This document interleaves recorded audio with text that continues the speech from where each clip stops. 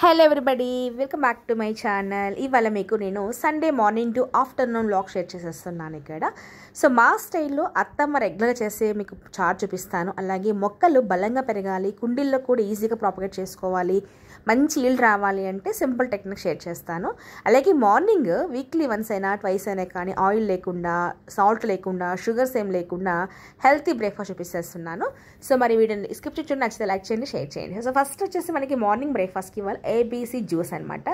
Apple, beetroot, carrot, ఒక Apple, ఒక 3 carrots చిన్న సైజు, ఒక మీడియం సైజు బీట్రూట్ కట్ చేసేసి మిక్సీకి వేసుకొని కొద్దిగా వాటర్ వేసుకుంటూ పల్చగా చేసేసుకోండి. సో దాంట్లో ఒక నిమ్మకాయ, నేను 3 చేసేస్తున్నాను ఇక్కడ. ఒక ఫుల్ నిమ్మకాయ చేసేసుకోవాలి.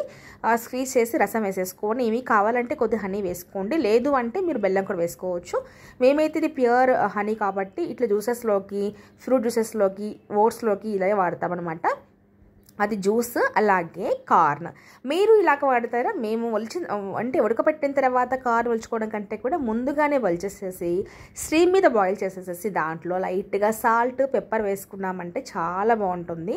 సో ఫైబర్ ఎక్కువ ఉంటుందండి దీంట్లో, మంచిగా పీచు పదార్థం ఉంటుంది. కాన్స్టిపేషన్ ఉన్న వాళ్ళకైనా సరే చాలా మంచిదన్నమాట. సో 1 గ్లాస్ జ్యూస్, అలాగే ఒక చిన్న బౌల్లోకి కార్న్ తీసేసుకున్నామంటే ఆ రోజు కావాల్సినటువంటి క్యాలరీస్ అన్నీ కూడా, అంటే మార్నింగ్ బ్రేక్ఫాస్ట్లో కావాల్సిన క్యాలరీస్ అన్నీ సరిపోతాయి అనమాట. ఈవెన్ ఏదైనా మీల్, ఏదైనా బ్రేక్ఫాస్ట్ కానివ్వండి, లేకపోతే ఈవినింగ్ అయినా సరే స్కిప్ చేసేసి ఇలా ట్రై చేసామనుకోండి, at least weekly once or twice try చేస్తే హెల్తీగా ఉంటాము. అలాగే కొద్దిగా ఫ్యాట్ కూడా కరగడానికి అవకాశం ఉంటుందన్నమాట. ఇంకా ఎవరైనా హ్యాపీ తినేస్తారండి, చాలా టేస్టీగా ఉంటుంది. ఇంకా మిగిలిన తర్వాత జ్యూస్ ఇస్తాం కదా, దాంట్లో పీల్, అలాగే పిప్పి వస్తుంది కదండి, ఆ పిప్పి, అలాగే కాఫీ డికాషన్ కానీ, టీ డికాషన్ కానీ, ఆలు, ఆనియన్స్, అలాగే ఏదైనా వెజిటబుల్స్ ఎక్సెప్ట్ సిట్రిక్స్ ఉన్నటివి, అంటే పులుపు కాకుండా మిగతావన్నీ కూడా తీసేసేసి వాటర్ పోసి పెట్టేసి ఆ వాటర్ డైల్యూట్ చేసి మజ్జిగ ఇలా అన్నీ తీసుకెళ్ళి మొక్కలకి ఇచ్చామనుకోండి, కుండీలో ఉన్న మొక్కలు మంచిగా పెరుగుతాయి. అలాగే ఇలా కొద్దిగా వేసేసేసి కొద్దిగా వాటర్ ఇవ్వాలి, రిమైన్ తీసుకెళ్ళి నేను ఒక బకెట్లో వేసేస్తాను అనమాట. సో అలా ఎవ్రీ 1.5 months 2 months ఒకసారి కొద్దిగా ఒక పిడికడ వేసామనుకోండి, చాలా మంచి ఈల్డ్ ఇస్తుందండి. సో ఎక్కువగా ప్లేస్ లేని వాళ్ళు మెయిన్గా ఆకుకూరల కోసం మేము చక్కగా పెంచుకోవచ్చు. ఇంకా పూల విషయానికి వచ్చేసేస్తే మందారాలండి చాలా చక్కగా పూస్తాయి.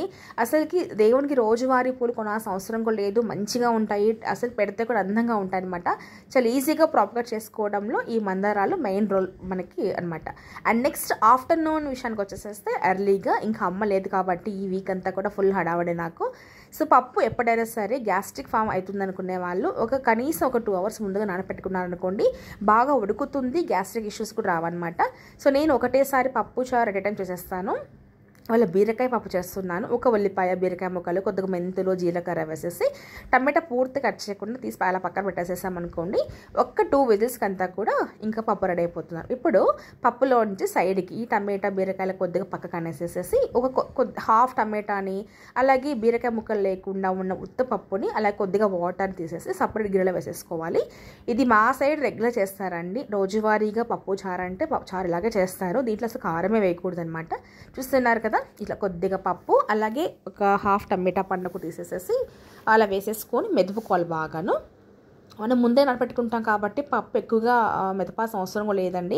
పప్పు గుత్తి కూడా అవసరం లేకుండా జస్ట్ గరిటతోనే మెత్తగా అయిపోతుంది అనమాట. ఇప్పుడు పప్పులోకి ఇంకా బీరకాయ పప్పులోకి ఉప్పు కారం వేసేసేసి పక్కన పెట్టేసేసుకున్నాను. పప్పు కోసం రెండుకి ఒకటేసారి వేసేస్తాను అనమాట. సో కొద్దిగా ఆయిల్లో అన్ని జీలకర్ర, ఆవాలు, ఎండుమిరపకాయ, కొద్దిగా ఎల్లిపాయలు, కరివేపాకు అన్నీ వేసేస్తాను, కొద్దిగా వద్దులు కూడా వేసేస్తాను, ఉప్పు కారం అన్నీ వేసేసి మెదిపేసేస్తాను కదా. ఇప్పుడు కొద్దిగా సాల్ట్ కూడా వేసి, ఈ చారులో కూడా అంతేనండి, ఇంకా పసుపు ముందు వేసాం కాబట్టి అవసరం లేదు కదా, జస్ట్ కొద్దిగా నానబెట్టి చింతపండు, ఉప్పు వేసేస్తాము, కారమే వేయము. ఇది తెలియని వాళ్ళకి ఫస్ట్ నేను కూడా అంత ఇష్టపడదు కాదు, కానీ అలవాటు కాగా చాలా బాగుంటుందండి. కానీ చాలా వేడిగా ఉండాలి, ఇది మెయిన్గా అదనమాట. ఇది తినేటప్పుడు చాలా వేడిగా ఉండి టేస్టీగా ఉంటుంది. ఒకటేసి తాలింపు అయిపోతుంది కదా, సో అప్పుడు దీన్ని కూడా కొద్దిగా పప్పులోకి వేసేసి మిగతా తాలింపు అలాగే పెట్టేసేసి దాంట్లోకి మనం ఇంకా వాటర్ యాడ్ చేసుకోవాలి. దీనికి ఎంత పలచగా ఉంటే అంత టేస్టీగా ఉంటుందండి. వాటర్ కూడా యాడ్ చేసేసేసి ఒక 2-3 పొంగులు రానిచ్చామనుకోండి, కొత్తిమీర వేసేసి లాస్ట్కి. అత్తమ్మ చెప్తూ ఉంటారు బేసిక్గా రసం ఎక్కువ మరగకూడదంట, చారు ఎక్కువ మరగాలంటండి. మెయిన్గా ఈ చారు ఇలా లైట్గా చేసే తేట చారు అంటాం కదా, ఈ తేట చారు ఎక్కువసేపు మరిగితే చాలా టేస్టీగా ఉంటుంది. మా సైడ్ రెగ్యులర్ చేస్తారు. మరి మీరు ఏం చేస్తారు? ఇలా మీకు తెలిసి చారు తెలిస్తే కామెంట్ చేయండి. సో ఇంకా తాలింపు వేసిన తర్వాత ఒక 2 మినిట్స్లో ఉడికించామంటే కొద్దిగా వాటర్ కంటెంట్ తగ్గిపోతుంది కదా, అప్పుడు బాగుంటుందన్నమాట. అత్తమ్మ ఇలాగే చేస్తుందండి. గిన్నెని వెయిట్ చేస్తుంది అనమాట. జస్ట్ అలా పెట్టేసి ఒక 1 మినిట్ వెయిట్ చేసేసి దాంట్లో పప్పు ఎత్తి పోసేస్తుంది అనమాట. అప్పుడు ఈవినింగ్ వరకు ఉంటే కూడా చద్ది వాసన రాకుండా ఫ్రెష్గా ఉంటుంది అనమాట పప్పు అనేసి. ఇలా బాగా మరలాలన్నమాట. ఒక 2-3 పొంగులు వచ్చి బాగా మరలితే సిమ్లో పెట్టేసేసి అప్పుడు చాలా టేస్టీగా ఉంటుందంట.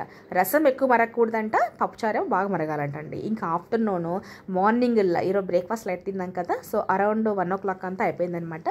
వేడిగా అన్నము, బీరకాయ పప్పులోకి కాకరకాయ కూర, చిన్న కాకరకాయ కూర అంటాం కదా, ఇదండి మా లంచ్. ఇవాళ లైవ్ ఉందని మిస్ కావద్దండి 3 o'clockకి.